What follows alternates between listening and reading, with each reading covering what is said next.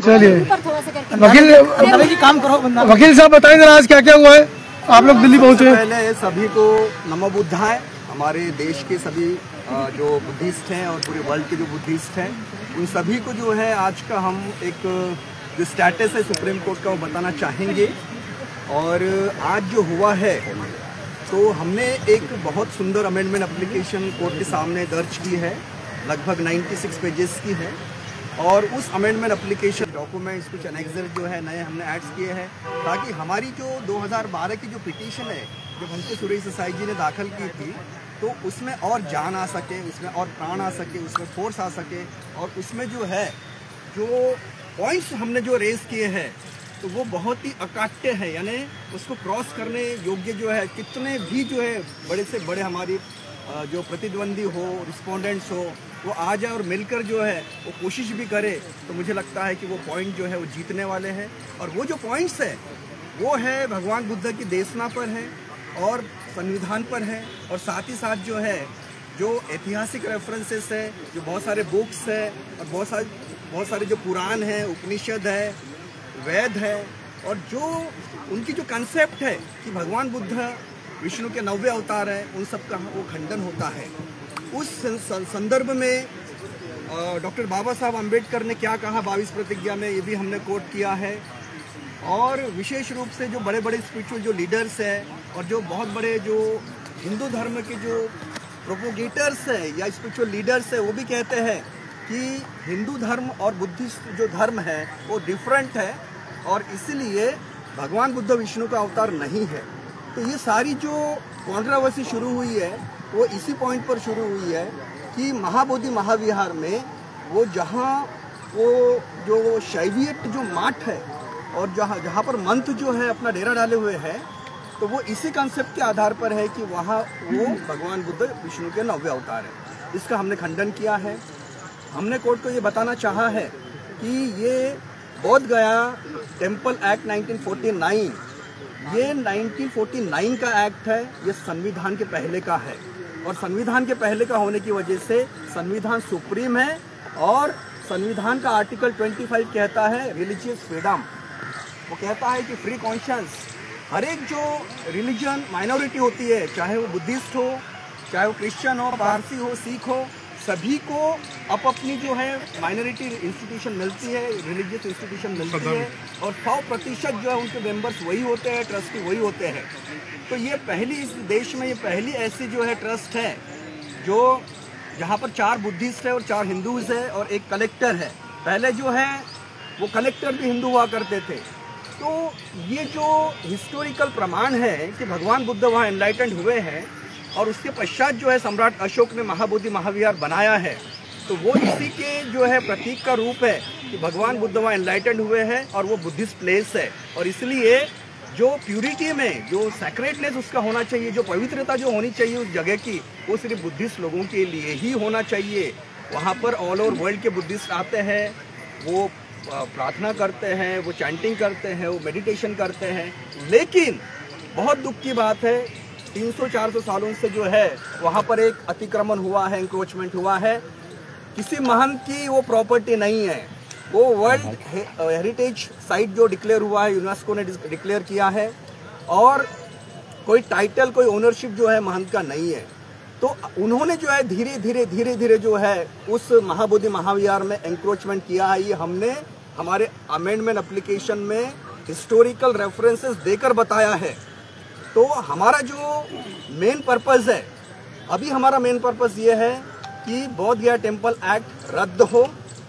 दूसरा जो है हमारी प्रेयर है अमेंडमेंट में कि सारा जो कंट्रोल है, मैनेजमेंट है, जो रिलीजियस प्रैक्टिस है वो बुद्धिस्ट की हो।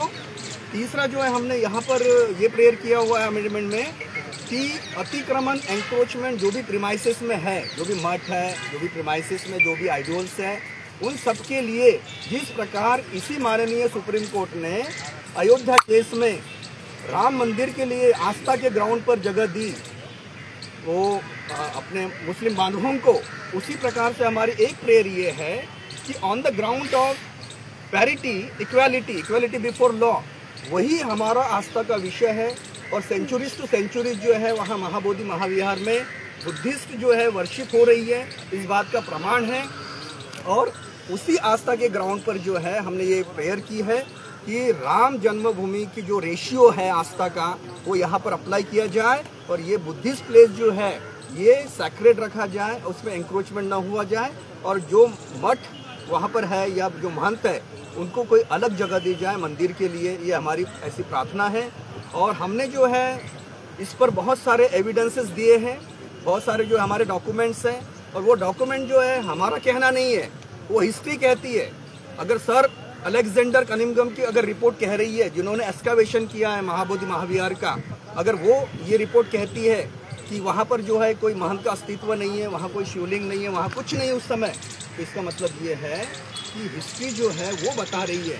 और भी बहुत सारी बुक्स है, बहुत सारे रेफरेंसेस है, बहुत सारे पुरावे हैं, पुराण है, हमने सब जो है वहाँ पर एप्लीकेशन में दी हुए हैं, बहुत सारे डॉक्यूमेंट्स लगे हुए हैं। उसके बेसिस पर जो है हम अपनी केस को प्राइमा फेसी स्ट्रॉन्ग करके ये केस जो है किसी भी हालत में हमको संविधान के अनुसार आर्टिकल 13 जो कहता है कि संविधान आने के पहले जितने भी कोई एक्ट्स है अगर वो फंडामेंटल राइट्स को वायलेट करते हैं तो वो एक्ट जो है वो निरस्त हो जाना चाहिए, वाइड हो जाना चाहिए। हमारा कहना ये है कि ये एक्ट 1949 का है, 50 में कॉन्स्टिट्यूशन आया है, तो कॉन्स्टिट्यूशन सुप्रीम है, सर्वोच्च है। तो आर्टिकल 13 कहता है कि ऐसे सारे एक्ट जो है अपने आप निरस्त हो जाना चाहिए। लेकिन ये एक्ट 49 से आज तक चल रहा है, आज 25 है, ये 2025 है, तो इतने सालों से ये एक्ट चल रहा है और इसकी वजह से सबसे बड़ा प्रॉब्लम क्रिएट हो रहा है।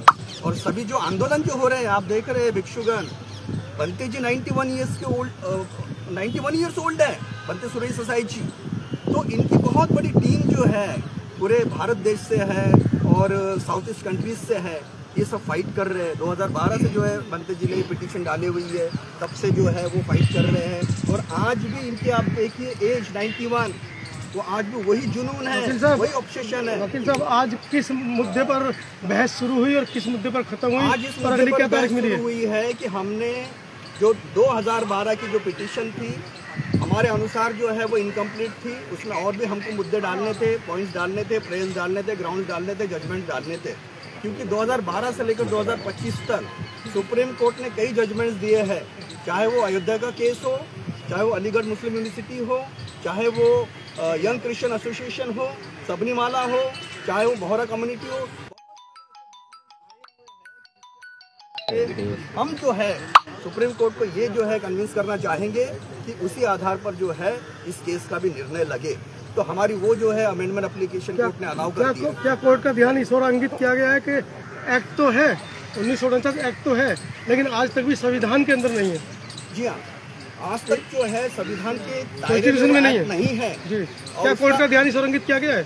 जी हाँ, कोर्ट को जो है ये बताया गया है, महंत साहब के वकील वहाँ आए, ये बात बताना मैं ज़रूरी समझ रहा हूँ कि 2012 में पिटीशन हमारी हुई है और 2025 में पहली बार जो है महंत साहब के वकील आया और उन्होंने ये कहा कि 400-300 सालों से जो है हम यहाँ पर अपना जो वर्चस्व किए हुए हैं धंधा कर रहे हैं, तो इसको जो है धंधा कर रहे हैं, हमें पार्टी बनाए बिना जो है ये कैसे ये कर सकते हैं, हमारा इंटरेस्ट जो है वायलेट होगा। तो ऑनरेबल जज ने उनको ये कहा कि अभी तक आप सोए थे और अगर आपको जो है पार्टी नहीं बनाया तो आप एप्लीकेशन करते बैठो। तो जज साहब ने जो है उन पर स्ट्रिक्चर पास किए, उनसे एग्री नहीं हुए। तो इसका मतलब ये हुआ है कि जो मोमेंटम, जो वातावरण पूरे देश में और पूरे विश्व में जो अभी हो रहा है और ऐसा लग रहा है कि अभी ये महाबोधि महाविहार मुक्त होने वाला है, तो जो अपोनेंट रहते हैं, दुश्मन रहते हैं, वो डर जाते हैं और जब डर जाते हैं तो फिर वो सामने आते हैं, अदरवाइज छुप रहे हैं। तो ये ऐसा ही आज हुआ है, एक वातावरण बना हुआ है